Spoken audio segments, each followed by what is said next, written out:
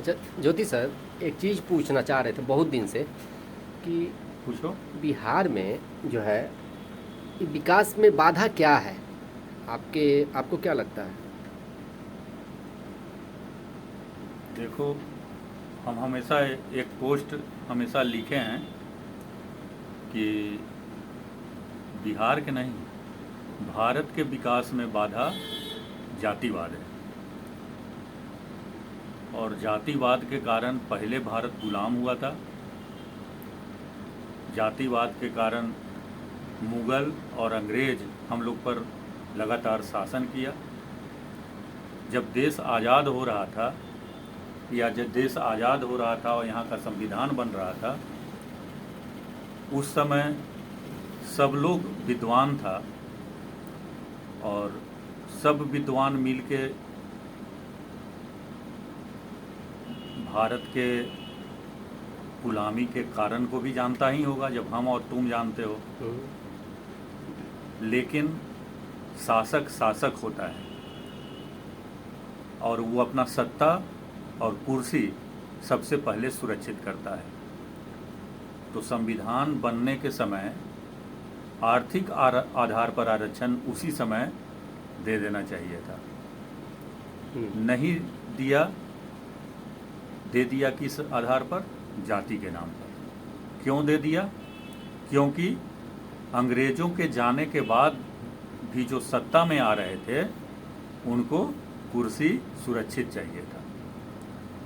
अगर काम पर वोट देना होता, अगर काम पर वोट लेना होता, तब कोई भी शासन लगातार इतना दिन अक्षुण्ण नहीं रह सकता था।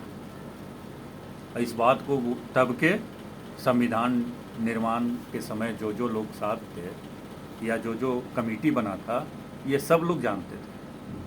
और यही सोच करके बिहार भारत में जाति आधारित व्यवस्था को संवैधानिक अधिकार दे दिया गया।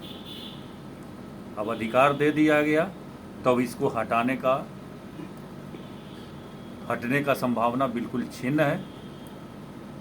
क्योंकि जैसे ही जाति आधारित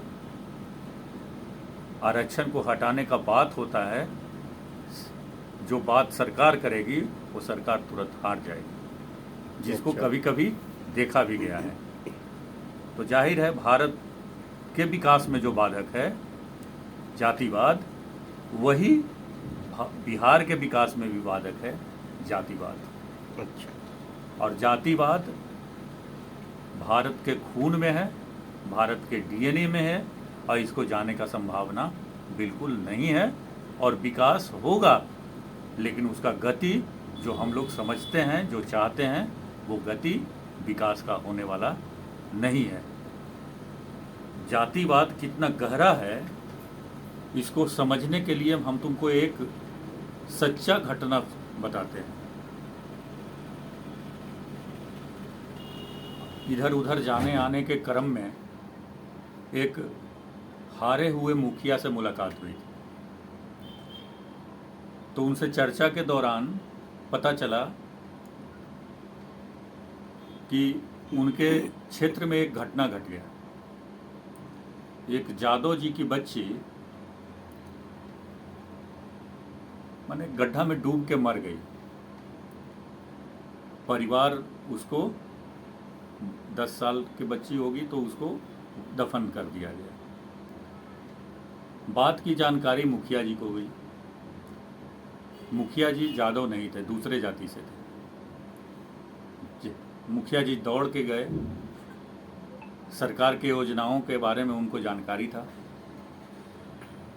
बच्ची को, दफन किया हुआ बच्ची के लाश को मुखिया जी अपने गाड़ी पर बैठाए, निकाले, बाप को कहे कि तुम गोदी में लेके बैठो, और उसको थाना ले गए। थाना ले जाके उसका पोस्टमार्टम हुआ, और पोस्टमार्टम होने के बाद सरकार का जो अनुदान मिलता है आकस्मिक मृत्यु का, 4 लाख रुपया, वो रुपया उनको दिलवाया। कुछ दिन के बाद चुनाव हुआ। तो हम पूछे उनसे कि उस बच्ची का बाप तो आपको वोट दिया होगा। तो नहीं बाबू, वोट नहीं दिया। वो 4 बूथ पर जाके बोगस वोटिंग किया मेरे खिलाफ अपने जात के उम्मीदवार के लिए, और लेकिन हमको वोट नहीं दिया।